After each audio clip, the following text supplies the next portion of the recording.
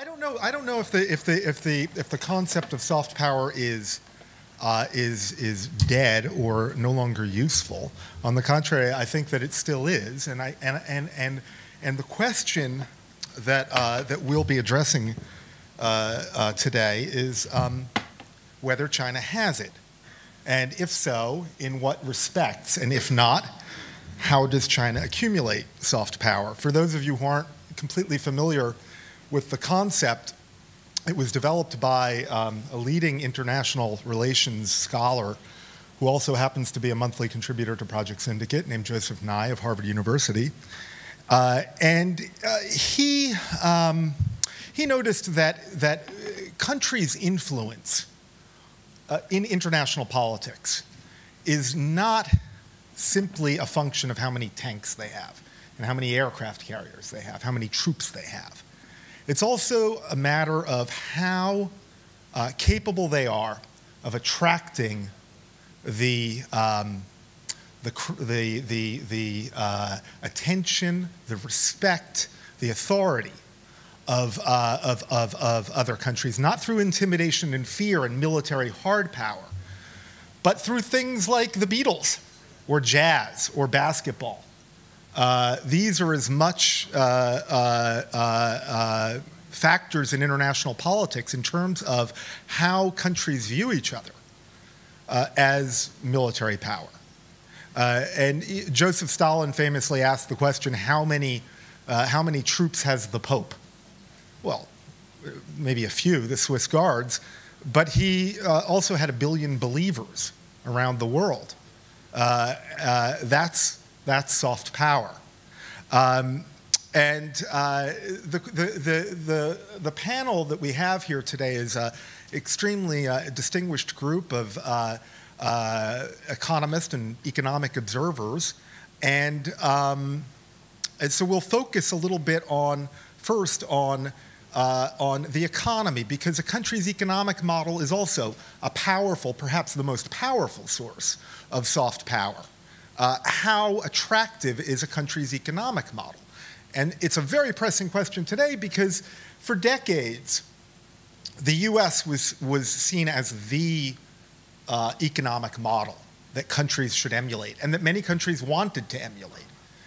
And since 2008, that's no longer the case. The love is gone. The question then arises, well, who's next? Where is the economic model that people around the world want to emulate? And when you look at China with 10% growth for the past 2 decades, it looks like an important model.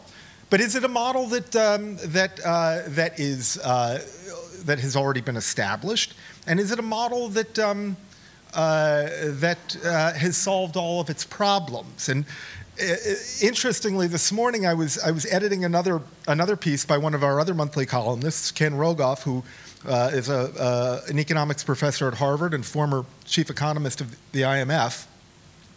And I'll read you this section that he writes. It's directly relevant to this question. The article is about the sustainability of modern capitalism. And he says that China's Darwinian capitalism, with its fierce competition among export firms, weak social safety net, and widespread government intervention, is widely touted as the inevitable heir to Western capitalism, if only because of China's huge size and consistent outsized growth rate. Yet China's economic system is continually evolving.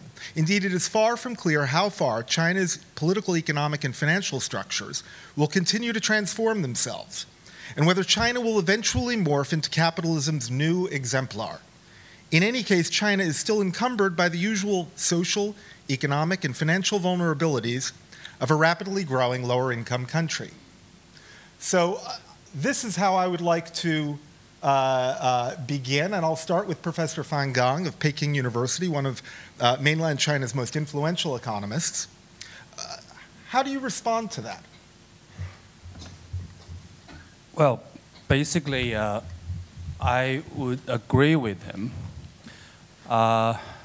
There's some debate among economists if China model is a model.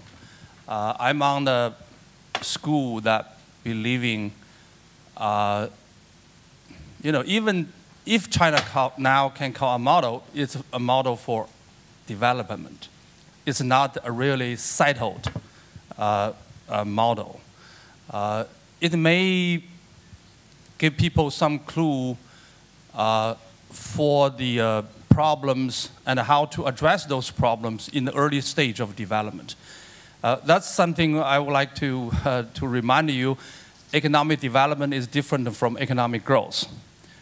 200 years ago, the Britain may experience the similar growth like what China is doing, but at that time, we don't call it the economic development. It's only the growth, because development is something when you grow, but at the same time, there is a more developed counterpart in the world. There's already multinationals in the market. The powerful, developed country already, already there and already gave you the models, So developing countries have a special set of the problems to address and to overcome those difficulties. And China is still in the early stage, from my point of view, still in the early stage of development. And facing the problems, Rodolph talking about, yeah. We are experiencing similar problems all the country may experience in this stage, particularly for the developing country. But talking about the soft power, I would say this kind of new experiment is something attractive. At least a big country, huge population, we start from the legacy of the planned economy at the very low basis. After Cultural Revolution, we started per capita income about $100, a year, $150 a year in terms of current US dollars. And in the 30 years, we come through, to this stage. This kind of experience is something. It is something. There is a commonalities among the developing country, and for them, particularly for them, this new experiment, I would say, experience available is something attractive. That's one thing I would say. And secondly, there are some common issue where China have been doing okay. For example, in past 30 years, China successfully avoided the big overheating and a big crisis. Other developing country and other developed country in the history, similar at this stage, experienced a lot of the crisis. Upside down business cycle. And China has been prevented that. Because the government policy played some roles, intervention or not, but play some roles, prevent the bubble. If you can prevent the bubble, you prevent the crisis, because all the crises are created by the bubbles. So that's something common. For the past 20 years, what do we learn from US, particularly a lot of economists come to China, they preach for deregulation, de-government, privatization, free market. We are moving toward the market economy, but we're cautious about the early stage, the problems, the business cycles in the early stage. That's something I think maybe a common, it can provide some common value for people to think about the economic model. So basically, I'm not talking, I don't believe China now provide a model for the people, but may provide some experience, number one, for developing country, how to address the problem in the early stage. And secondly, provide some common value for people thinking about economic model for everyone. So. Is this on?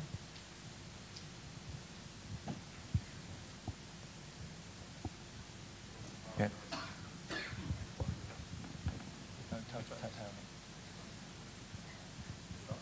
Hello? Yeah. Hi. Okay. Yes. Yes, it is. There is an economic model, obviously. But my argument maybe it's actually the perfect, no, there is no perfect model in the world. We should consider that China's economic model is relatively positive, or that means we can copy, we can follow, and we can repeat it for other countries. My answer is maybe it's not impossible. It's almost impossible. Think about the basic factors for China's success in economy. The most important factor may be the labor, sufficient supply of the labor due to our big population. Which country can copy such kind of factor? Maybe just India. For the rest of the world, it's impossible. The second point, maybe Professor Van Gang just mentioned, we start out from very, very low level of the economy, which means we have sufficient, potentially, we have sufficient room for our development and increase. But for the next step, it seems we will have big challenges.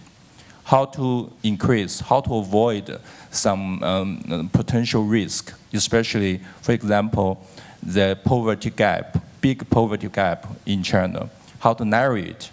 Secondly, how to protect our environment. Think about the low efficiency in energy and other environmental factors. I think that for the currently, we just can see the result is almost it's acceptable and should be appreciated. But think about the potential risks we are facing. I think maybe we should think more about how to avoid, how to deal with the challenges. Just yesterday in the afternoon, Mr. Assange just mentioned, it seems China as a political economy. It's not a good comment for us. We should try to avoid, that means we should reduce the political factor, something that is not market-oriented. Actually, I don't think the free market is suitable for China's system. There are big risks for us without the government control and the political system.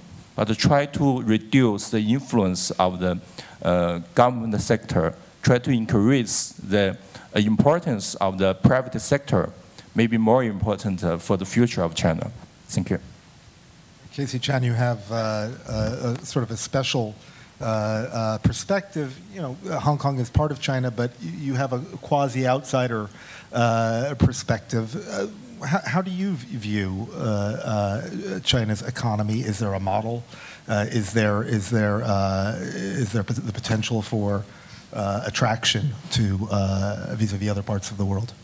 I think when you're talking about a model, it is worth copying and is operational, which can be operational, you know, in other country. And obviously, I think the professor and also a friend of Mr. Khan has said that. I don't think that now still that the China has its own model. Well, basically, we are copying the U.S. model, frankly, you know, using the market forces and then to liberalize the national enterprise. And also not even the economic model, but also the society development pace also, you know, quite similar with the U.S.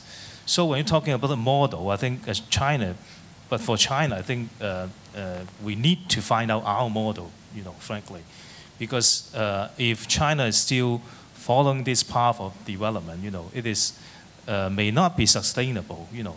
For example, if now we are developing the car industry, and we are trying to develop a lot of, you know, industry which are exploiting the natural resources. And also the China government want to encourage the internal consumption to sustain our growth. And then if we still follow that old style, which is copied from the US model, at the end of the day, we will eat up all the natural resources, you know, in the world. So for China, I think a model is necessary, you know, for us. Because now we are moving to a bottleneck that how to assess, you know, how can China to develop to the next step, which is sustainable, and then we can keep the growth rate, but it is different from the quote unquote, the Western model of development? Obviously, soft power isn't only about economic structure and economic models and their attractiveness. It's also about science and culture and technology. And do you see? And it's also fundamentally about innovation. You know, you can take the example of jazz or basketball again. These were innovative. These were something that was fundamentally new. They weren't copying anything. A guy in Syracuse, New York, wrote down the rules for basketball, and that was it. You know, are there these types of sources or potential sources of soft power developing in China? If so, what are they? And if not, what does China have to do to develop them? We have Kung Fu. Bruce Lee. But anyway, I'm an economist. I believe, you know, economic power is a foundation for a lot of things. And this power needs time to develop. For the innovation, for example, you know, everybody knows that Chinese company didn't innovate much, copy, manufacture. But think about them. Most of those factories, companies, actually established 10 years ago, 20 years ago, longest 30 years ago. They were learning, catching up, you know. And when a company or business or industry still far away from the frontier, how can they innovate? You know, it takes time for them to be close, you know, to the frontier and to build up their experience and their knowledge, technologies, you know, in that particular business and industries, and then become more innovative. Cultural things also, you know, early stage, you know, particularly for China, you closed the whole country for so long, and you know, systems are not really working for those kind of innovative activities. And they start to open, start to learn, start to, you know, to be involved with this. So it takes time. It takes time. So from point of view of economic development, you know, you even needed education to be accumulated, to be built up. You know, we have a word about, you know, in economic knowledge, a spillover effect, meaning that the larger your knowledge basis is, and you're able to create more new knowledges. So that's take time. You know, that's a power of developed country. You know, you have the basis, and then you can use it. You can develop the more things. We need accumulated. The education is, you know, just the past 30 years, and people try to develop this education, but it takes time. So I believe the soft power will follow up, and hopefully more people, you know, can, you know, in the cultural, in the technology, you know, all those different, you know, in this kind of the things, you know, China can produce more, not only in the manufacturing something, but produce more than that. Yeah. Actually, economic development will be the very basic one. Without, there is a Chinese saying, you cannot be polite and moral in terms of the hungry situation. So that means you must eat food. You should survive firstly. So according to my opinion, China just finished the first stage of survive. And we are starting the second stage of further development. Both in economy and also in society and other areas.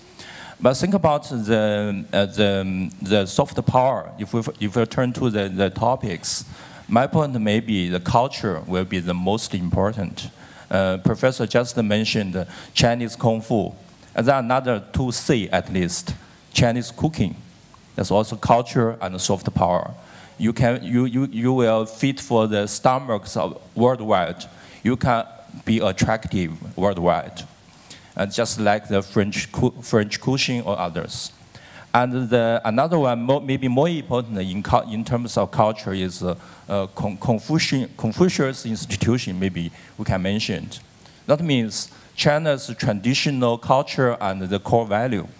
But the problem and the challenge maybe just lie in the values we are outputting.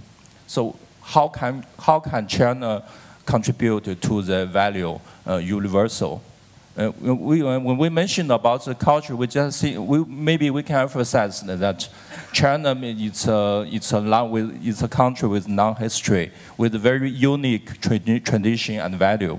But I don't think unique will be more important. Maybe universal will be more important. That means when we output some value, that should be universal, not only to our people, but also to the people in the world. Think about the example of the United States and also Europe. Why they can be so attractive? Because they try to output something will be universal. They keep something unique just inside their nation and their country. They haven't output all the value of their culture to the world. So the topic may be how can we communicate when we discuss, when we just prepare this panel. The next question. How can we communicate? That means what should we output to the world? What's the key value of China's characteristics, especially in terms of the worldwide? I don't think currently we're thinking very clearly about this. One observation maybe that in Times Square in New York, there is a national image promotion, the campaign. You can see, I don't think that's the key factors of our national image. That's, there are maybe some misunderstanding and also need some mislead to the understanding to the people in the West. Casey Chan, do you have anything to add? Well, soft power is about the value system. It's about the living style. So at this stage, I don't think that China can have that power, to export a kind of soft power to influence other countries. But what we can do is just like the Confucian school outside, set up in overseas other countries by the China government. I think this is one of the good idea, is to to let other people to learn something from China about language.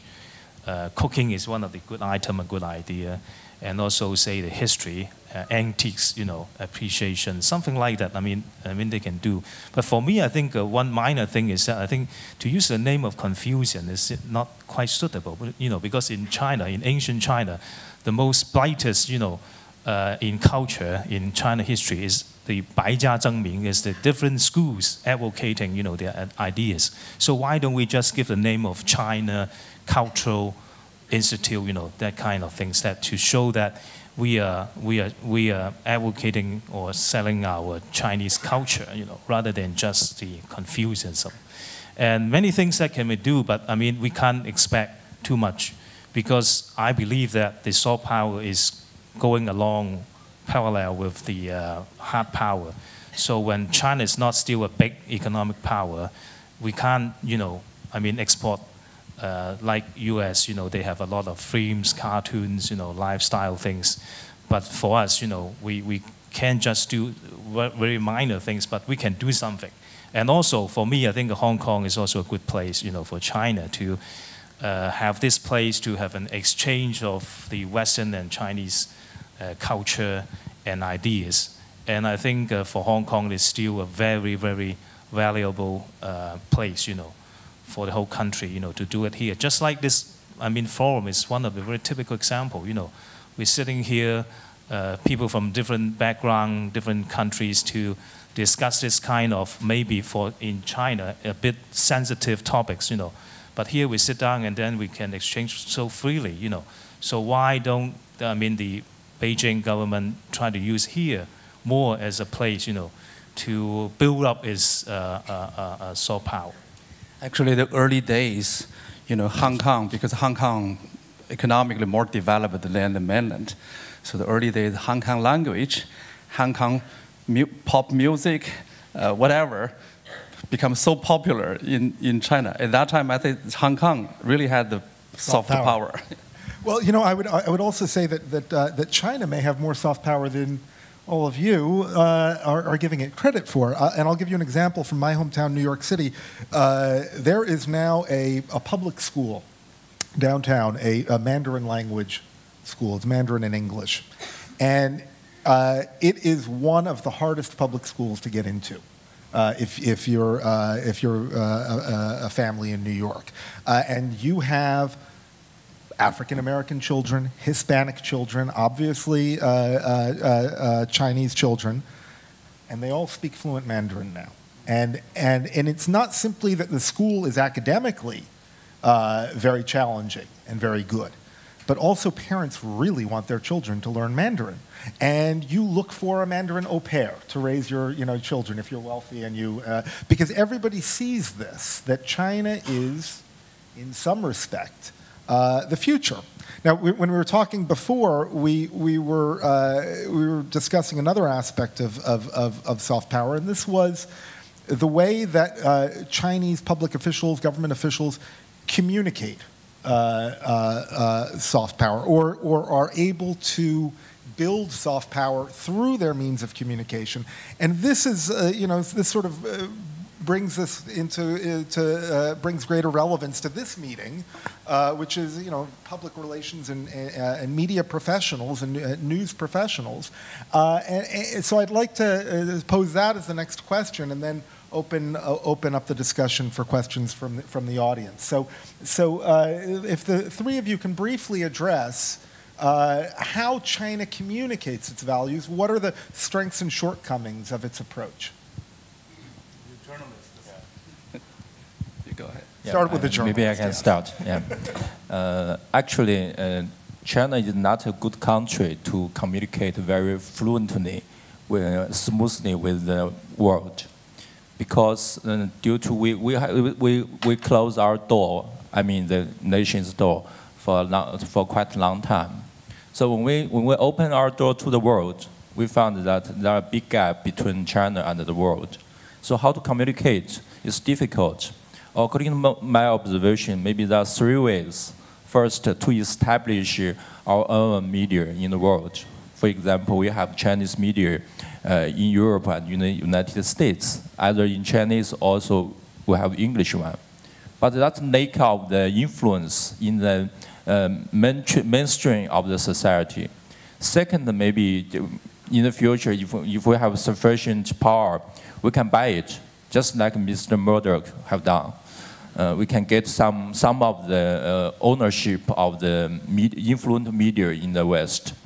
And the third one, maybe more important, is how to cooperate and communicate with the existing influential media in the world. Good example maybe to accept the interviews, the key figures in China to accept the interview and to involve in the reporting. And the much better way, maybe just like Professor Fan Gang, we can encourage and try to involve more important people in China to write articles directly and print it in the influential media, especially in English and different languages. But if we go back to the project syndicate, we can find just 2 and 3 professors from China have columns involved in that. That means there are a lot of people. They have no initiative and courage to do like this. So according to my opinion, we should encourage more people, especially the professional people, to involve in the media through the reporting, interview, and the columnist. That will be a better way for China to communicate directly to establish media in the West. Would you like to go next, Casey? I think now China needs an independent voice to voice out, the country's desire and its own voice. And for me, I think sometimes as a journalist, it is sad to read the articles or interview of our Chinese leaders in Wall Street Journal, in Financial Times. Okay, well, that's a good, publications. It's a high privilege press. But for me, I think it's difficult to understand why our issues, was defined and discussed, in the foreign press, quote unquote. And then as a Hong Kong newspaper, I should quote Wall Street Journal and quote our Chinese leaders said in that newspaper, I think it's ridiculous, For example, like the renminbi, I think it's a big issue, it's a big thing, and it's a sign of the China's influence emerging, So I think we need to have more platform, we need to have more, place, for discussion, even though in the Chinese press, and then we try to define, the discussion, define the issues, and let the, foreign world, foreign media to hear, the Chinese voice, So I think that's the vision, if for a journalist, that's what we want to see or what we expect. Professor Fang, you work with government officials all the time, so maybe you have, some special insight or different insight into the question. Yeah, well, I think this is the ability of communication really a part of the soft power, and the like of the soft power of China is really like of the ability to understand how to communicate with both, I believe, both government and media and academia even. So this is really the knowledge issue. You need to understand others, understand what the other would understand if you say something, if you want to communicate something. And it's really the knowledge about others' social, political, economic issue, and cultural history, and understand your own issues, and you express in the way others can understand. So that's what the Western power have been working in a way, because Westerners have been in the world so long, they try to reach out, they try to communicate with people. The early days, those commissioners really try to reach out, try to understand other people, and of course try to preach people. But you need to know the others' need, others' concern. So that's something China is still learning, I believe. All the people, including the journalists, including the government and the academia people. So that's one of the indicators that why I say China is still in the early stage of development. To be now we benefit from the globalization, but we try to be more global, international, but we need to be in the international community, and the way you be there, you make a friend, you play the same game with people. You need to understand more people, and then let other people understand you. So I feel that's really the like of this kind of soft power. I'd like to open it up for questions, but before I do, very embarrassing in the interest of journalistic integrity, I have to tell you that basketball was invented in Springfield, Massachusetts. It's been bothering me throughout the course of this. The microphone. It off? Yeah, some people didn't hear you. You need to repeat it. Is this on? Yeah. Basketball was invented in Springfield, Massachusetts, not in Syracuse, New York. I apologize for the mistake. I'm running a correction. I'd like to open it up for questions. So I saw a hand up over there first. I'm from India. We Indians want to have good relations with China, but the feeling is growing in India that China is becoming aggressive. It has a huge amount of money reserves, and they want to capture markets of foreign countries. They are dumping their goods at very cheap prices in Indian in India so that our industries are closing down. I hope the Chinese know about our apprehensions that you are becoming aggressive and you are wanting to capture our markets. Which of you is brave enough to? No, I'm supposed to. Everybody may say that same thing. You know, China, the dumping things, China sell and so cheap. It is cheap. The problem, it is cheap. It's even cheaper in China. So that's an issue. That's really the issue of market competition. So it's not really the aggressive. Well, the Chinese company now, of course, they are aggressive, try to sell more things. But it's not. This is really the economic issue. It's not the market competition issue. So, but of course, when you do everything, you know, everywhere you have a similar, you know, reaction, you got the problem. I agree with that. Further questions? Yeah, you in the front. Yeah, actually, a follow-up on my friend from India. You remind me when in the 70s, the Japanese did that to Southeast Asia. It created a lot of anti-Japanese feeling. There were riots in Bangkok, in Jakarta, because they look at Japanese as an economic animal, you know, just to dump the price and just economic animal. So then, of course, then it creates a lot of anti-Japanese feelings, and it goes stronger and stronger. And in the end, the Japanese gave the Plaza Accord, Yandaka, then everything going well. Is a similar things going to happen to China also? For me again?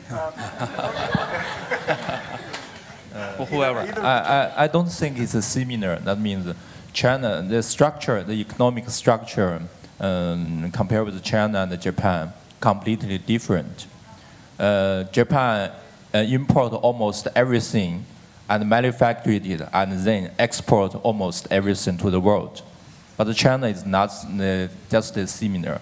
If we just return to the question about the cost, about the price, I should emphasize the cost.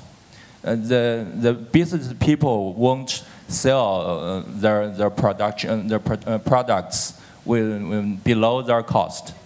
Why the price is so cheap? Because the cost is much lower than our expectations. But that's almost the end of the age, because the cost, especially the labor cost, increased very fast in China. This is why some of the industry, especially in manufacturing, transfer from China to Vietnam or to India or to maybe other South Africa, something like other regions. So that means also this is one example, one explanation why Japan, the economy of Japan collapsed so quickly, because the cost increased so fast. I may answer your question yes and no.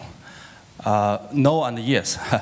No, because, well, you may say Japanese didn't revalue their currency until very late. But China actually, in past 4 years, including last year, renminbi appreciate more than 30%. And recently, you can see renminbi start to devaluate because the dollar revaluate. You know, so I'm not quite sure. Renminbi now is still undervalued too much, or even undervalued at the moment. So China have been pursue this gradual approach for the revaluation, which prevent the big upside downs. So that's a benefit.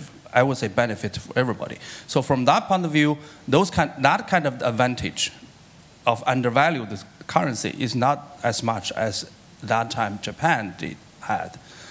But secondly, I would say China's story may last longer than Japanese. Japan only have 100 million population. And Japan was not a developing country in the 60s and the 70s and 80s. Japan was a war-defeated country, re-emerged. So technology, education, they have those kind of things long before that. So they were not affordable for the cheap labor. They last out of the cheap labor very quick.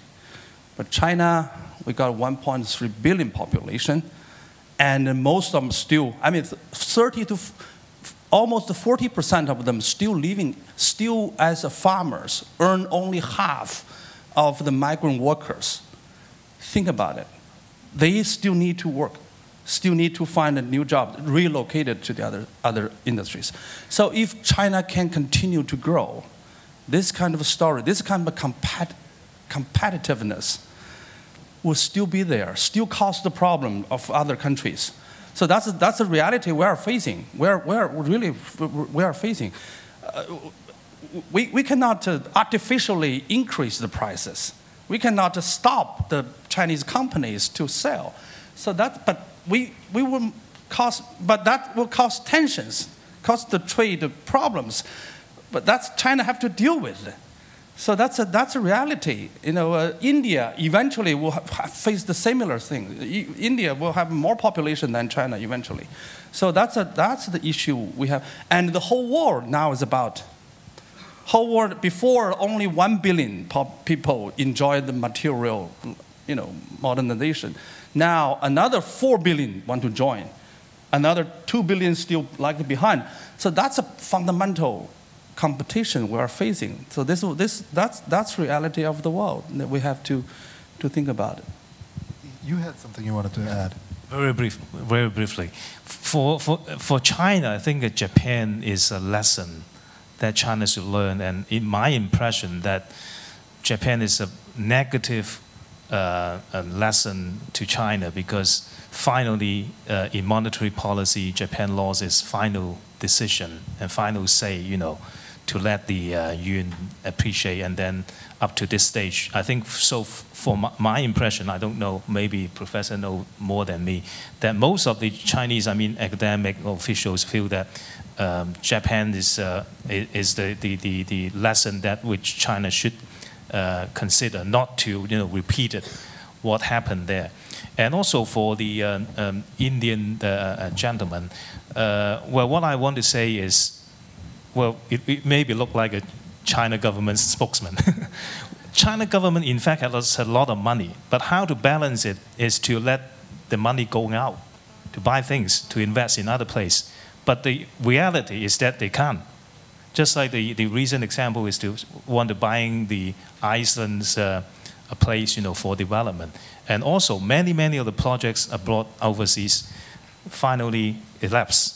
So that's the truth, that's a reality. That if you want to keep that balance, and then they earn a lot of money, they work very hard, and then, okay, you're just going out and then buy other things, investment, or doing things overseas, but it's not a fruitful, outcome.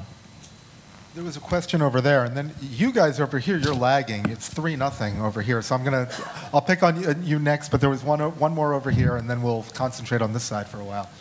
Hello, this is a journalism conference, so this is a question about China's media soft power. In the last few years, I'm told you've spent about $7,000 million on 6 media outlets, China Daily, CCTV, and so forth. Question 1, is that an accurate figure? Question 2, more importantly, if it's true, has anybody measured the effectiveness of that massive spend? Excellent question. I think that's for one of the journalists. I cannot be half about our institution. Just to say, according to my information I got, it seems true that some of the state-owned or party-owned media get some fiscal support from the central government and from some department. But I think that's reasonable, because the government is the owner of such kind of media. But on the other hand, some of the media in China just we call it emerging independent media. That means relatively independent. We have more room to operate and to decide what we will print and how we operate in the market. For example, our magazine, we won't get any physical support from the government. We just survive and develop in the market. So my point may be we should pay more attention to the media which really operate and survive in the market, rather than to pay more attention to the media which get physical support from the government. This is my point. And the second is, if you mentioned about the role of the media in China, yes, we are not strong enough to be influential in the world. One reason may be the language. You know, Chinese is not so popular in the world, although there are a lot of Chinese worldwide. But they speak English or maybe Germany in the world, rather than speak Chinese. So unless we can print in English, maybe we still, it's very difficult for us to establish the influence in the world. So some of the media in China, including Caijin and also Caixin, yesterday, Ms. Li Xin just came here, the managing editor of Caixin magazine, the New Century. We're partners, we're competitors, and also we are sometimes the partners in China. We try our best to put some money to establish the English version of our media. The reason is very simple, just to improve the influence in the world, especially in Europe and in the United States, in the mainstream people. We want to get more resource, but it's very difficult actually for Chinese media to establish influence in English world or in the world. So there's how to make the media in China become more important in the world. I don't know the accurate answer. Maybe we are still on the way to try to find the answer. Thank you. Yes. I think in one way or another, you all three said that China still somehow needs to understand the world better. But let me reverse that. What do you think, what is your feeling about the way foreign media are understanding China? I have a lot of things to say. We really have a lot of experience of the distortion, that kind of things. Maybe a recent example.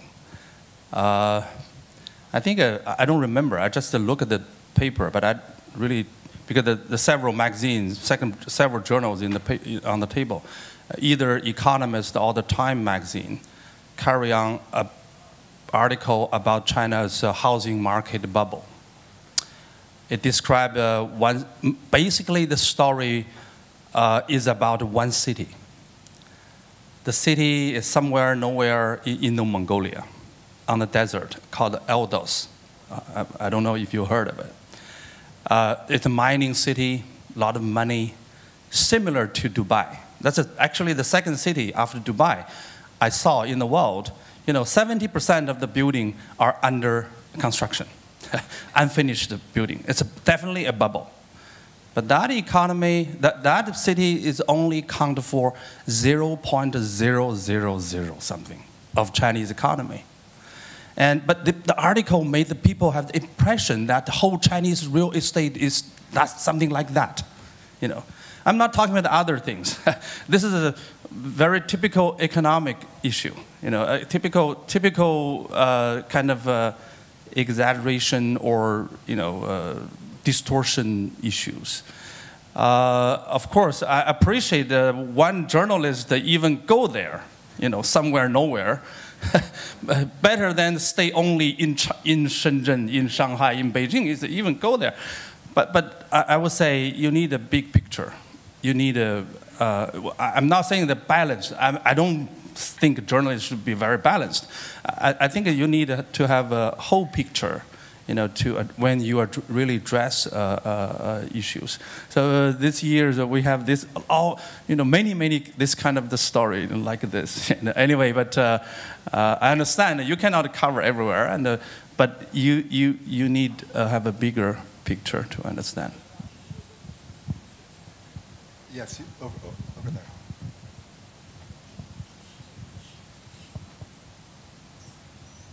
I appreciate the way you have presented the economic picture, and I also appreciate that you recognize that there is lack of soft power, innovation, ideas, and the values, rightly so. Don't you think that your system, there is some cause within the system which is stopping you from becoming innovative? And that requires openness, that requires access to information, that requires plurality of ideas and freedom of press and freedom of expression. The misconception you are attributing to Western press is also because of that you do not allow access to information. And there are doubts that the figures you give to the world or the world get about you are generally not well-founded or not verifiable. So shouldn't you be starting, what I'm saying is, that perhaps you are mechanically concluding that if you will build the infrastructure, the material structure, you will also get consequently the softer structure or the softer values. Don't you think that China is ready for, I will say, glasnost? You have done your perestroika.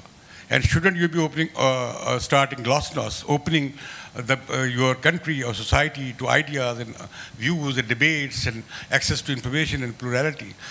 Without that, can you bring any kind of innovation or creativity? And can you create any kind of soft values without that? It's a very interesting question because it boils down to, does soft power require democracy, the rule of law, openness, human rights, all of these kinds of things that people criticize about China?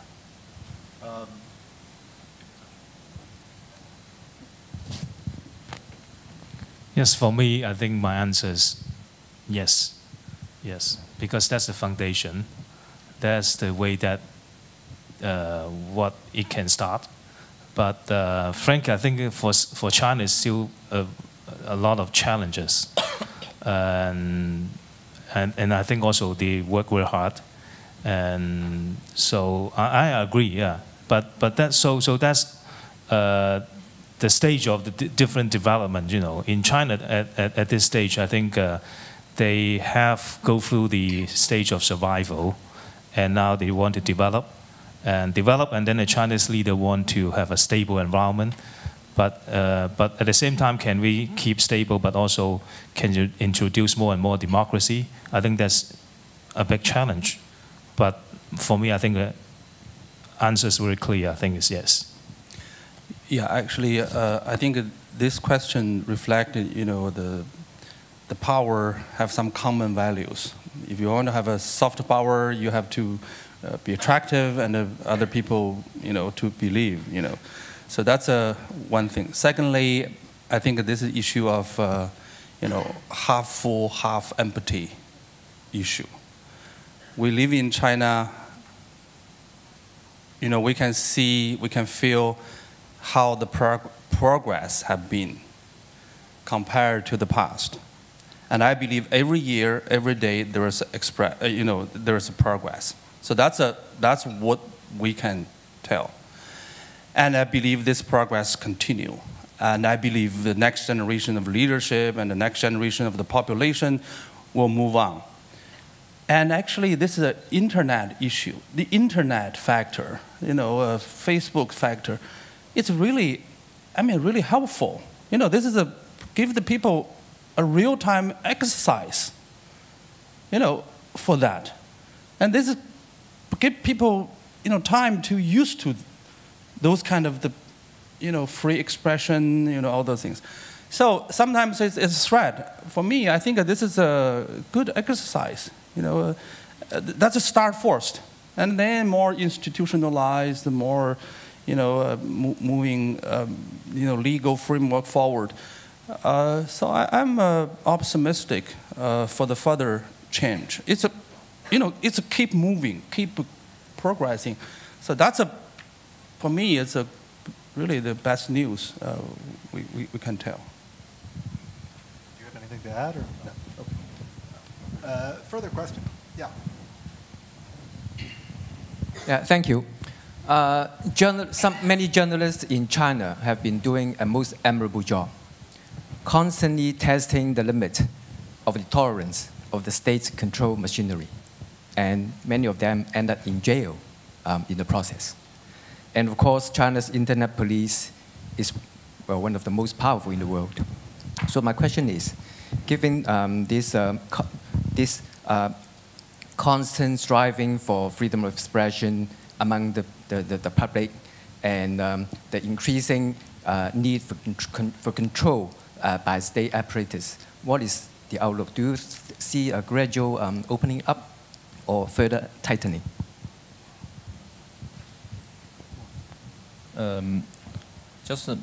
Professor Fan Gang just mentioned, China is still on the stage of development.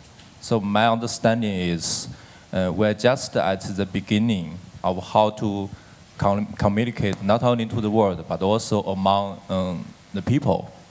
So think about you just mentioned the authority or the registration and control of the internet or other express. Yes, there's no completely freedom in China. We have some restrictions and some control. And we consider it as some, maybe the policy or maybe some rules. But think about the good example, maybe the microblog in sina.com.cn. That's a maybe you can consider it as a magic, because in such kind of microblog, it's almost similar to Twitter and Facebook, maybe mixture of Twitter and Facebook. In that platform, you can express much more freedom than the public media. And it's really pushed something very effectively. That means influence the decision of the government. The latest policy changed. Example is the tragedy of the school bus. And the big tragedy in Gansu province. After that, some more details and the opinions just emerged in microblog of Sina.com. And finally, the Premier, Mr. Wen Jiabao, just call for the departments and make the decision to change the situation. That means we'll support physical support to the primary and secondary school to buy more safer school bus to enable pupils go to school very safely.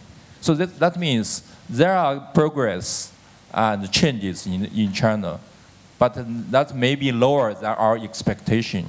So my recommendation may be we need more patience to push and wait for much more change in the future. One or two more questions. Yes, back there. You are an economic superpower. It's very clear. You know the trade deficit is always not on your side, on the other side. My question is, how long could you keep this position? What are the threats that makes you feel worried that you might lose this edge in the future, especially because so many countries, starting with the United States, are not happy with this, calling for devaluation of your currency and so on. And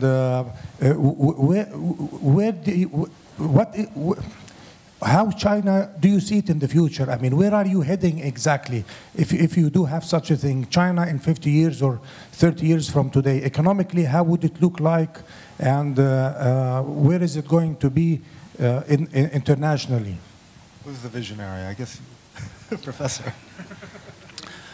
Well, China, actually, for me, I don't like to see China hold such credit, such a big foreign reserve. by the end of this year, it could be 3.2 trillion US, 3.3 trillion US dollars. That's too much, and it's devaluating. It's not really the good not good assets. So that's actually now is a problem. What we want to see is that gradually reduced and get more balanced with other country. How long it will take, I don't know, but it may take, may stay this kind of situation for a while, because actually now it's not because China have the trade surplus to accumulate a lot of the reserves. China trade surplus now lower than international standard. I mean, required standard. This year is something like 3%. Next year could be 2%. No longer, above the 4%. But the current problem is more and more, not the moment, but in recent years, and I will see in the foreseeable future, more capital inflows into China for many reasons. And not very much Chinese outflows, not enough outflows. So direction is very clear. You need to open the capital account, allow more Chinese people hold the foreign currency and use the foreign currency to invest outside. Can I just ask you a question, though? Doesn't that mean losing control over the exchange rate?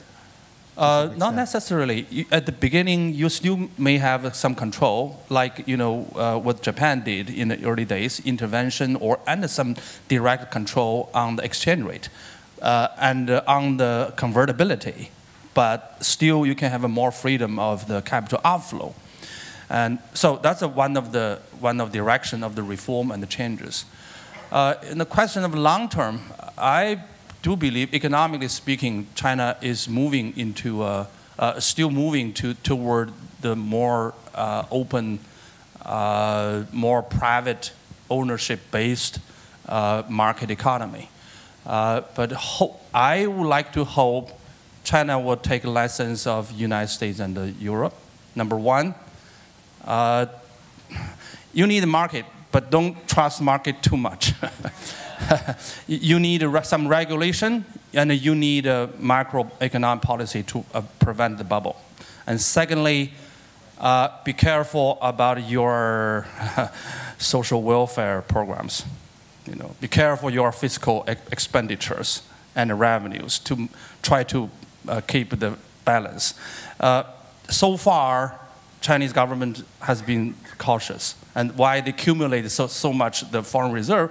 Because they're cautious, because they worried if we get into the crisis. I think that conservativeness is a good thing for China. And so I hope China will move forward. We always do this, push China toward the market economy, but we would like to have the modern, market economy with this kind of conservativeness, not always say market is right, always say, you don't need a regulation, you need a more balanced, but more, participated also in different, by different kind of people. One more question. Yeah. Yeah, we need My question is about recent news that China has banned advertisements during dramas on TV.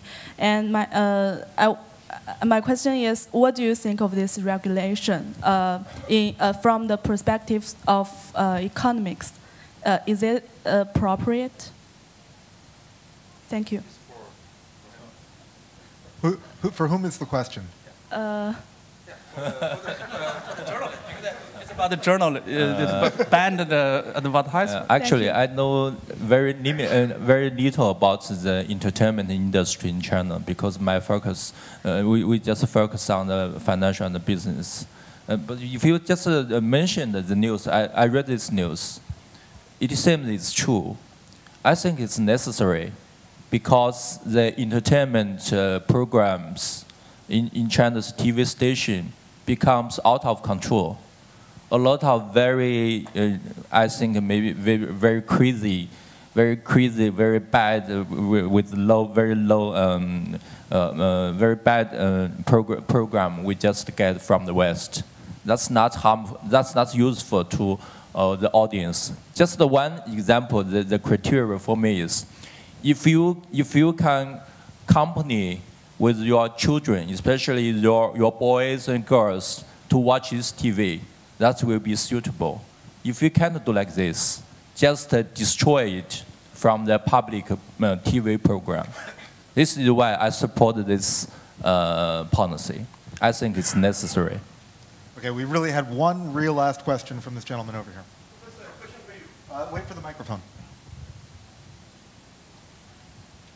What, according to you, is a bigger threat, the internal challenges or the external challenges that China faces? Well, internal challenge definitely is income disparity. Next stage of development, that could be huge, given the size of population. So that's a socially, politically, that really, and economically, really a threat. Externally, from point of view of economic, I think we will see emerge of more rising protectionism and more trade tension among the countries. Not only, developing country versus a developed country, but also developing country versus developing countries. So that's how I would see the next stage of the globalization are really facing. I'd like to thank our panelists for an absolutely fascinating discussion very much. Thank you. Thank you.